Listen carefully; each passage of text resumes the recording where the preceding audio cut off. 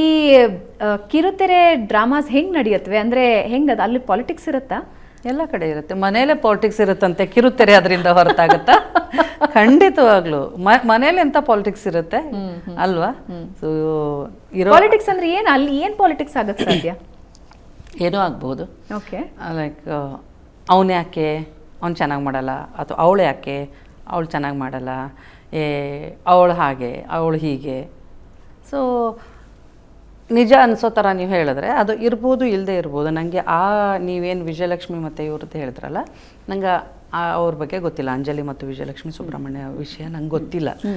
But politics ಎಲ್ಲಿರಲ್ಲ ಹೇಳಿ. ಬೇಡ ಅಂತಂದರೆ ತೆಗೆಸ್ಬೋದು, ಇಲ್ಲ ನಿಮ್ಮ ಪಾತ್ರನ ಕುಗ್ಸ್ಬಿಟ್ಟು ತನ್ನ ಪಾತ್ರನ ಎತ್ತರಕ್ಕೆ ತಗೊಂಡು ಹೋಗೋ ಹಾಗೆ ಪಾತ್ರನೇ ಇಲ್ಲದೆ ಇರೋ ಹಾಗೆ, ಇಲ್ಲ ನಾವೇ ಬಿಟ್ಟು ಬೇಡ ಮಾರಾಯರೇ ನನಗೆ ಈ ಪಾತ್ರ ಬೇಡ, ನಂಗೆ ಉಸಿರು ಕಟ್ತಾ ಇದೆ, ನಾನು ಬಿಟ್ಬಿಡಿ ನಾನು ಹೋಗ್ತೀನಿ ಅನ್ನೋ ಥರನೂ ಆಗ್ಬೋದು.